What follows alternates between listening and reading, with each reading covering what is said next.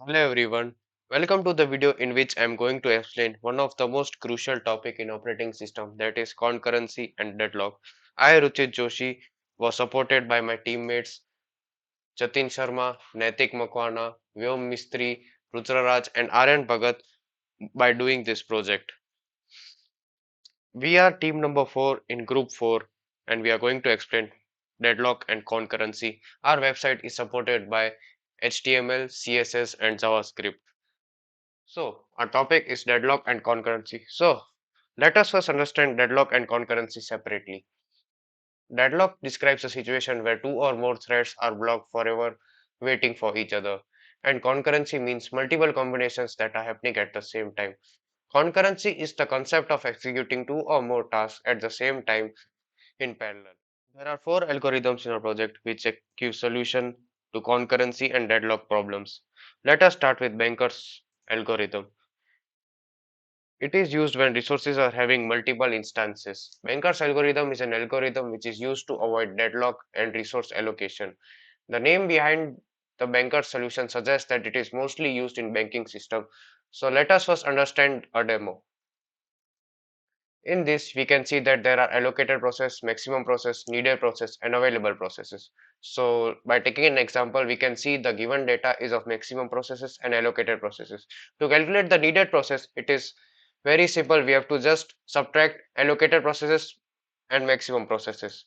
And by running the algorithm, we have an output of processes sequence such as P2, P4, P5, P1 and P3, which clearly indicates that all the processes are in safe state, only the sequences of safe processes are different. So now let us understand some advantages and disadvantages of Banker's algorithm.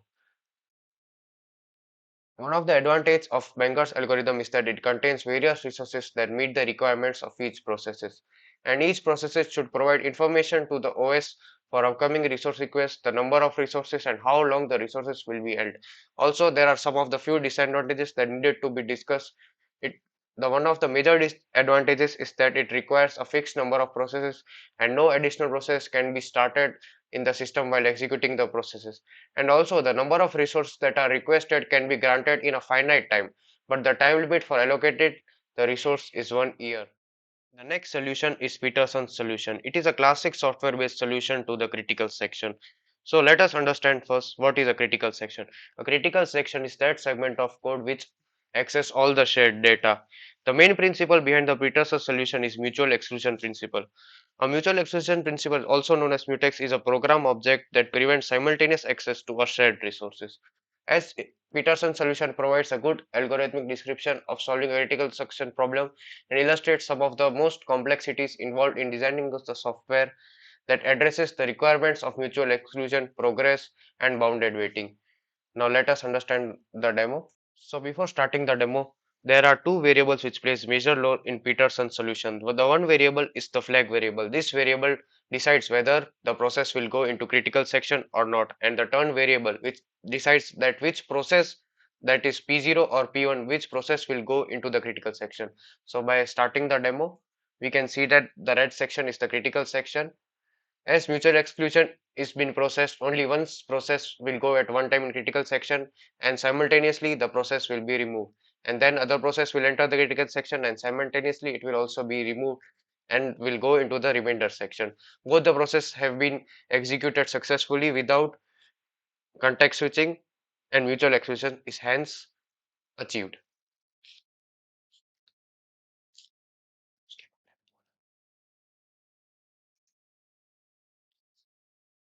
Some of the analysis of Peterson algorithm approach are mutual exclusion, progress, bounded waiting, and portably. Briefly explained, progress is an uninterested process that will never stop the other interested process from entering into the critical section, and bounded waiting is the interested variable mechanism failed because it was not providing bounded waiting. However, in Peterson's solution, a deadlock can never happen because the process which first sets the turn variable will enter in the critical section for sure, and portability is the complete software solution and therefore is portable for every hardware. The next problem which we'll have to tackle is the producer consumer problem. It is a classic synchronization problem in operating systems.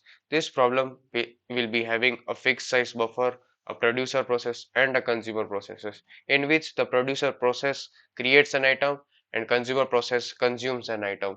The producer consumer is a multi-process synchronization problem. That is, we are trying to achieve synchronization between more than one process. There is one producer, one consumer, and a fixed size buffer as mentioned earlier. So, first we'll have to understand what is a buffer size. The buffer is the area of the main memory which is used to store or hold the data temporarily. We will achieve the solution by using semaphore, particularly a binary semaphore. To understand the semaphore, we have to understand that semaphore is a variable or abstract data type which is used to control access to a common resource by multiple threads and avoid critical section problems in concurrent system such as multitasking operating system. Semaphores are a type of synchronization primitives. Binary semaphore are just like counting semaphore, but their value is restricted to 0 and 1. The wait operation when the semaphore is 1 and the single operation succeeds only when the semaphore is 0. So now, what is the problem that describes the two processes, the producer and consumer, that shares a common fixed size buffer which is used as a queue? The producer's job is to generate the data, put into buffer, and then start again, and at the same time simultaneously the consumer is consuming the data, that is removing it from a buffer one place at a time. So the demo will clearly explain how the problem is solved. The size of the buffer is 6, the number of items produced are 3, and also the consumed or will also be 3. By executing it, we'll see that the producer produces the item 1, 2, and 3, and the item which is produced at the last will be consumed the first, and similarly which is consumed at the second will be consumed during the second last process, and the process which was produced initially will consume finally. So in this way producer consumer solution works using binary semaphore. The next problem is the sleeping barber problem. This analogy is based upon a hypothetical barber shop with barber. There is a barber shop which has one barber chair, and there are n chairs waiting for the customer if there are any to sit on the chair. There are some following rules which will apply. If there are no customer, the barber falls asleep in the chair. A customer must wake up the barber if he is asleep. If customer arrives where the barber is working, the customer leaves if all chairs are occupied and sits in empty chair if it's available. So this problem can be achieved by two solutions. One solution is semaphore solution and the other solution is by applying monitor algorithm. We will achieve the solution by applying monitor algorithm. The monitor is one of the ways to achieve process synchronization. The monitor is supported by programming languages to achieve mutual exclusion between processes. There are two main variables which help in achieving monitor algorithm. The two condition variable are wait and signal. The wait operation process processes the performing wait operation on any condition in which the variable are suspended, and the signal operation performs signal operation on condition variable, and one of the block processes is given a chance. So now let us understand the demo in which the number of waiting chairs are 3, and by and then we'll add customer 1, 2, and 3. All the customer will first go in the waiting room. The customer 1 will wake up the barber and will have a haircut, and customer 1 will left, and only when the customer 1 is left, then only customer 2 can enter the barber chair. Similarly, customer 2 will go happily, and customer 3 will now wake up the barber and will have a haircut, and all the customer 3 are happy finally. So these were the four algorithms which were based on concurrency and deadlock. Thank you so much.